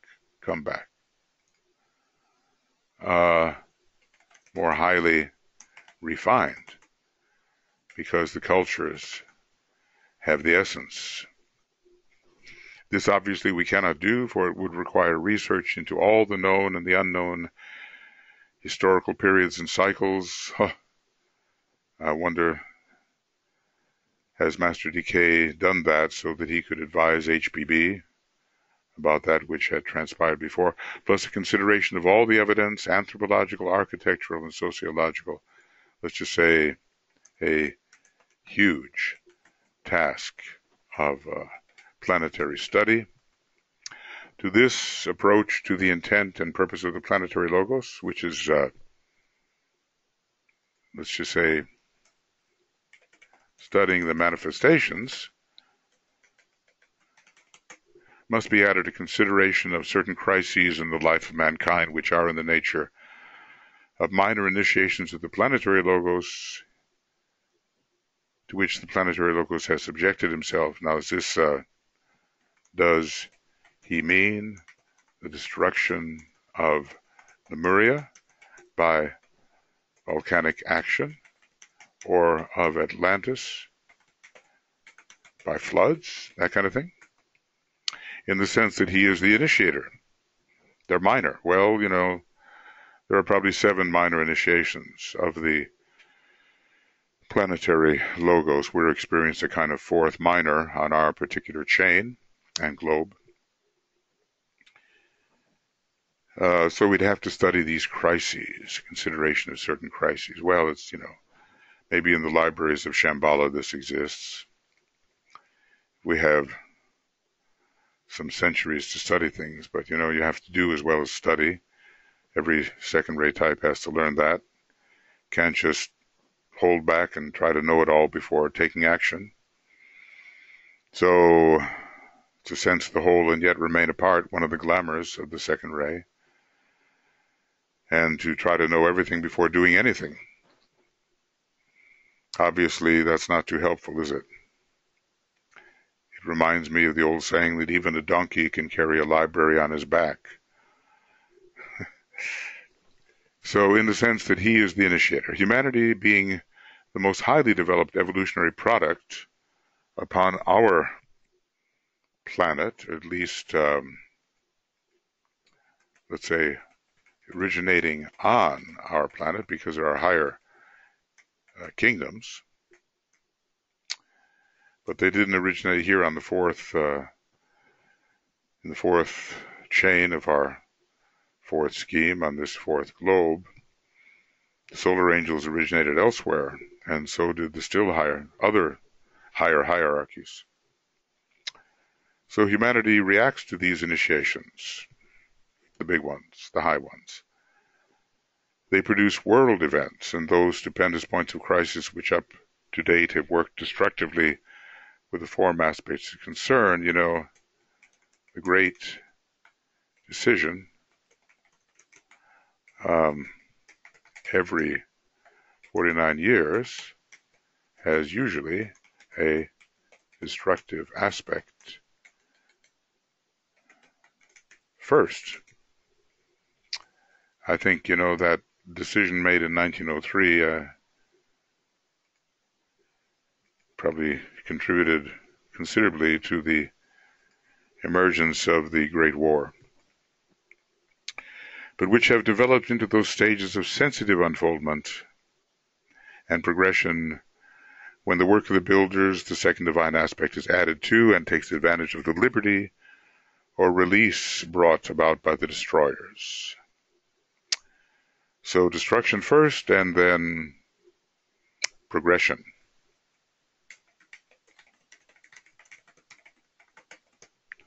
Under the second ray. It's always tough to live through the destroyer aspect, however. Through the past civilizations and their eventual catastrophic destruction, well, we know something about volcanoes and floods, and the statement that the attempt to destroy the Aryan race by fire will be made. Has it been made? Have we experienced the Armageddon already in the Second World War? or is the possibility of destruction by fire looming ahead? So, through the past civilizations and their eventual catastrophic destruction, the planetary logos has gradually prepared the ground or planetary field for the planting of the germ of will, the nurturing of which is a future part of human destiny. Does humanity have a first ray monad? Eventual second ray soul, eventual fourth ray personality. Now it seems to have the fourth ray soul and the fifth ray personality. And except for the inherent destructiveness of the human being, if it is a first ray monad, it's perhaps latent. So the germ of will planted through cataclysm. The 7 major phases of the unfoldment of the human race, the root races, of which our modern Aryan is the 5th, 2 of them being still not self-conscious, Adamic and Hyperborean races, are in the nature of the 7 planetary initiations or unfoldments. So, as measured by human development. The word initiation is not understood in the exact sense in which human initiations are understood and interpreted. These are progressive phases. On this 4th globe in the 4th chain in relation to the 4th kingdom. So what happens in relation to the 4th kingdom is paramount.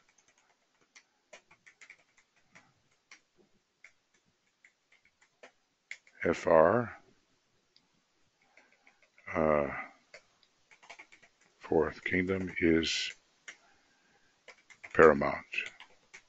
Men are initiated into phases of divine consciousness through applied stimulation, whereby the vehicles evidence readiness in connection with the planetary logos. Evidence readiness. In connection with the planetary logos, it is he who initiated a new process in 7 phases preparatory to the expected divine planting of the first ray germ to be used in relation to his monad and in the next solar system. And will beings such as ourselves be involved with our particular planetary logos in the next solar system? Will we return? I suppose it depends on the path we're on. It must be borne in mind that the use of the word planting is purely symbolic, although the soil of the lower kingdoms may be involved. Each phase brings the original divine purpose or spiritual project nearer to fruition.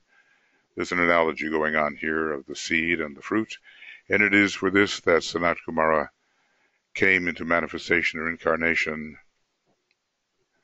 to make sure that the seed was rightly planted and that right fruition is the result.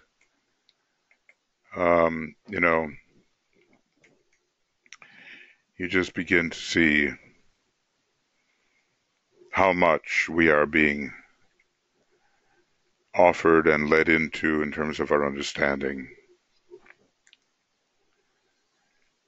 Well,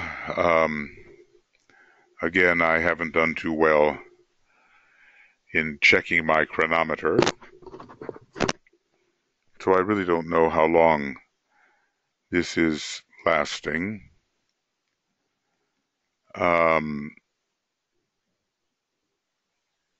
But I feel that I haven't the energy to get into any more than 2 hours and a little more, and there's a lot more to come. So the significance of the initiations is coming up, and but I don't think I can get that far right now. So each of these phases of the 7 root races affects all the kingdoms in nature, since the human kingdom is the macrocosm to the lower kingdoms. It's affecting humanity, of course, and then the animal, vegetable, and mineral types of lives. So what I'm going to do, hoping to make this bridge, is to say that this is the end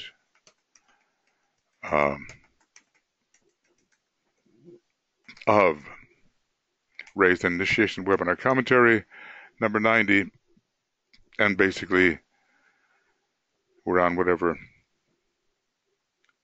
page we're on. Page 658 it appears. So page something to 658. And what is that page at which we began? I always go looking for that, don't I? And never seem to find it in time. 658. I also see mistakes that I've made along the way. Yeah.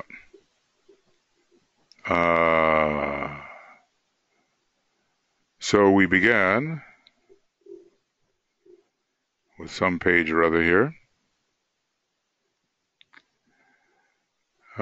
We began, sorry for this, on 650. So it's 650 to 658,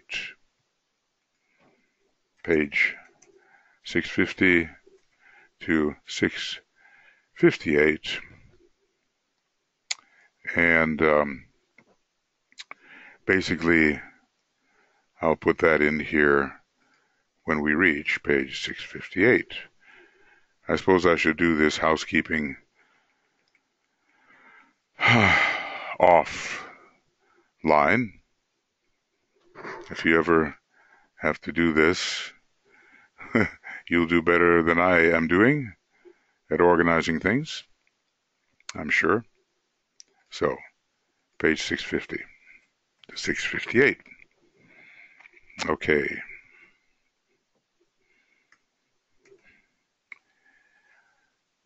That's the end. And now, what we'll do is prepare the beginning.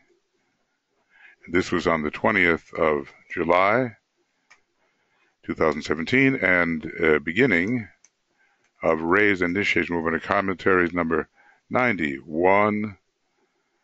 And we'll see when we get to do it. It'll be 658 something, won't it? So I'll carry on at that point, and at the moment we'll see how long this one has lasted. We're led into such profundity here and into, well, how would we ever have the slightest inkling of these type of processes unless the revelation was given through someone who knows? And I want to say very kindly given, like life itself. The gift of light, of life through light. I'll call it that, DK gives the gift of life through light. So that will be all for the moment. And let us continue our studies. We still have here in this document another 140 pages, but that means even more pages in the book. And we will slowly move forward so that our study of these matters can be as detailed and precise as may be possible given our present stage of evolution. It's all been preparation, this is so much in this solar system is preparation for the next. And have we hit the midway point? I think we're somewhere at the midway point in this solar system. Will it be 311 trillion, 40 billion years? Some people take great exception to such a vast chronology, but HPB says it's accurate. So, and then the interval between solar systems.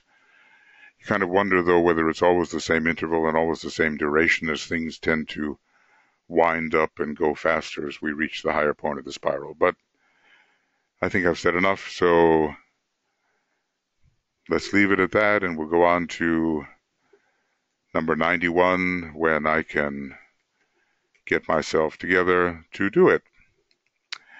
Meanwhile, lots of love to everybody. Enjoy your studies and realize, where would you get information like this except through a member of the hierarchy, sanctioned by his superiors and ultimately by Sanat Kumara, to lay out the next vision possible for humanity. And just think, the third installment is coming. Amazing prospect. So, as I've often said, it's our task to assimilate what we can. Somehow, assimilate what we can of that which has been given. Okay. Bye-bye.